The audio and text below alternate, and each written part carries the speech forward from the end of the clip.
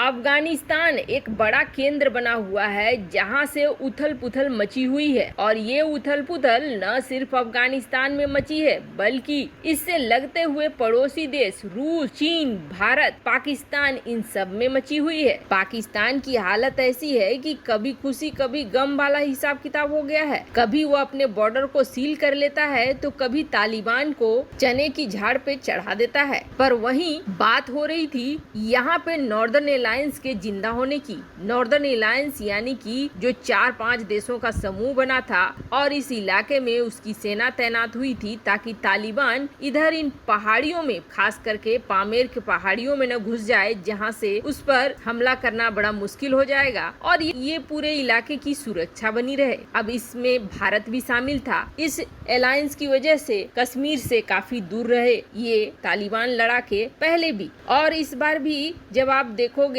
तो रूस ने तजिकिस्तान से लगती अपनी सीमा पर सेना को तैनात कर दिया है। लेकिन अब रूस ने साफ किया है कि उसने सेना को तैनात क्यों किया है। रूस का कहना है कि उसने एक CSTO नाम की ट्रीटी साइन करी है और ये ट्रीटी 6 देश के साथ है जिसमें अर्मेनिया आता है, बेलारूस आता है, कजाकिस्तान आता है, किर्गिस्तान आता है और तजिकिस्तान आता है। इसके तहत ये माना गया है कि अगर इन पर हमला होता है तो वो हमला माना जाएगा रूस पर होता है। हालांकि मजे की बात ये है कि इतने ये जो देश देख रहे हैं इसमें से रूस ही है जिसके पास हथियार और सेना एक मजबूत तरीके की है, बाकी तो सारे लुचपुच हैं। पर एक एग्जाम्पल देकर रूस ने ये भी साबित कर दिया कि इस ट्रीटी का क्या मायने रखता है। जैसे कि अर्मेनिया और अजरबैजान की जब लड़ाई हुई तब तो इस नीति के तहत आना चाहिए था रूस को, लेकिन रूस नहीं आया, जिसमें साफ साफ दिख गया कि अब रूस किसी के फटे में टांग नहीं अड़ाएगा, चाहे ट्रीटी साइन हो चाहे ब्रिटी साइन हो। तो यहाँ पे रूस ने तालिबान को साफ किया है कि भैया हम तुम पर आक्रमण करने वाले नहीं हैं, हम तो सिर्फ अपनी बचाव के लिए इस CSTO के तहत हमने सीमा को सुरक्षित कर लिया है। पर अब यहाँ भारत के लिए भी संदेश दे दिया है रूस ने। भारतीय विदेश मंत्री रूस पहुँचे थे और कोशिश ये की जा रही थी कि अफगानिस्तान में शांति बहाली की बात हो, लेकिन जिस तरीके से रिस्पॉन्स मिल रहा है उससे ये लग रहा है जैसे कि रूस भी दरअसल यही चाहता है कि अफगानिस्तान में तालिबान का शासन हो। अब इस आर्टिकल को देखिए आप, जिसमें रूस ये कहता हुआ दिखता है कि पहली बात तो ये है कि भारत के साथ हम अफगानिस्तान मामले में कोई मिलिट्री टाई अप नहीं करने जा रहे हैं। ये रूस ने बिल्कुल साफ साफ शब्दों में दुनिया को भी बता दिया और तालिबान को भी बता दिया कि हम ऐसा कुछ भी करने नहीं जा रहे। इसके अलावे रूस की एम्बेसी का ये कहना है कि हमें अफगानिस्तान में अच्छा एक्सपीरियंस है और हम नहीं चाहते हैं कि अब इसके अंदर कोई विदेशी मिलिट्री घुसे। अफगानिस्तान के मामले अफगानिस्तान को सॉल्व करने दो। अब भारत की बात करें तो भारत ने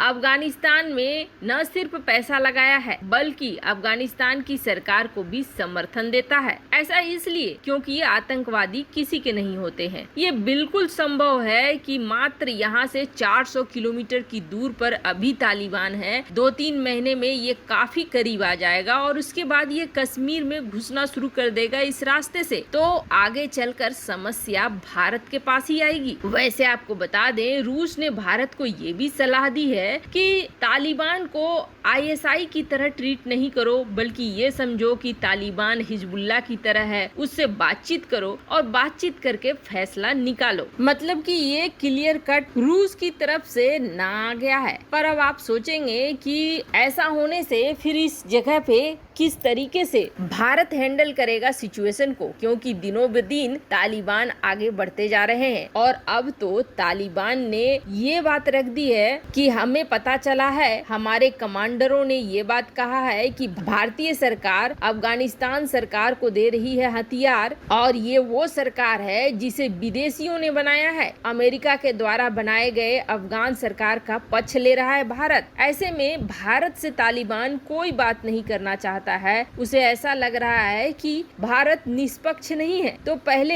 ये साबित करे भारत की निष्पक्ष है, तभी हम उनसे बात करेंगे। सुहेल शाहीन जो प्रवक्ता है तालिबान के, उसने ये साफ कहा है कि हमें अपने कमांडरों से रिपोर्ट मिली है कि भारत दूसरे पक्ष को हथियार मुहैया करा रहा है। ये कैसे संभव है कि वे तालिबान से बात करना चाहते हैं लेकिन व्यवहारिक रूप से काबुल को हथियार, ड्रोन और सब कुछ दे रहे हैं। वहीं तालिबान ने रूस, चीन और ईरान को लेकर ये कहा कि हाँ, हमारी तीनों देशों के साथ राजनीतिक संबंध है। रूस के साथ हमारा संबंध बहुत पुराना है। चीन तो पाकिस्तान के सहारे कई साल से तालिबान के साथ गुपचुप बातचीत कर रहा है। तालिबान ने ये कहा कि हाँ, हमने कई बार उनसे मुलाकात की है। कुल मिलाकर ये कहें तो अफगानिस्तान से अमेरिकी सेना की वापसी के बाद देश के अधिकतर हिस्सों पर कब्जा कर चुके तालिबान का रवैया भारत को लेकर भी काफी आक्रामक दिख रहा है। तो इस क्षेत्र में आखिरकार भारत को ही अपनी मदद खुद करनी पड़ेगी। लेकिन एक बात तो निश्चित है कि इस क्षेत्र में एक अलायंस, एक गठबंधन जरूर बनेगा और ये गठबंधन किसी और का नहीं बनेगा, बल्कि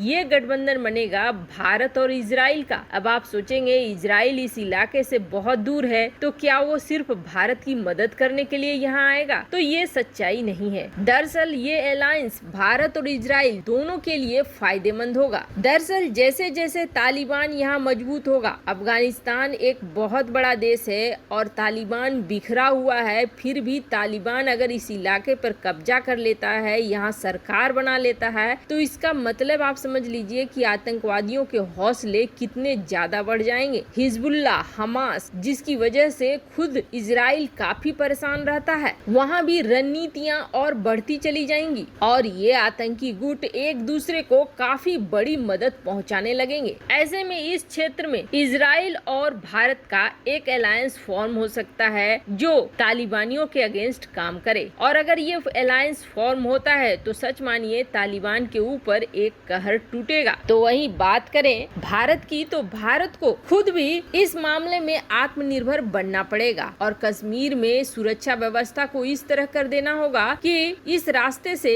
किसी भी तरीके से तालिबान भारत के कश्मीर में उथल पुथल न मचा सके। तो वहीं आज नहीं तो कल तालिबान के खिलाफ भारत को लड़ना ही पड़ेगा। अगर अफगान सरकार को भारत हथियार दे भी रहा है तो ये बिल्कुल सही कर रहा है। इससे पीछे भागना मूर्खता होगी, क्योंकि ये ग्रुप कभी भी किसी का विश्वास नहीं जीत सकते हैं। ये तालिबान वही है जिन्होंने कुछ दिन पहले ये बयान दिया था कि हम पड़ोसी नहीं बदल सकते हैं और अपनी जमीन का इस्तेमाल भारत के खिलाफ नहीं होने देंगे। पर अब इनके रुख बदल रहे हैं। जैसे जैसे ये शासन में आएंगे वैसे वैसे इनका रुख और भी बदलता जाएगा और एक समय आएगा जब भारत को इनके खिलाफ फुल स्केल वार छेड़ना पड़ जाएगा। नहीं तो ये भारत में भी वही हाल करने की कोशिश करेंगे जो हाल अफगानिस्तान में हो रहा है। वैसे आपको क्या लगता है, क्या इजराइल इस मामले में एंट्री करेगा? कमेंट कर अपनी राय जरूर बताएं। जल्द मिलते हैं अगले वीडियो में नई खबर के साथ।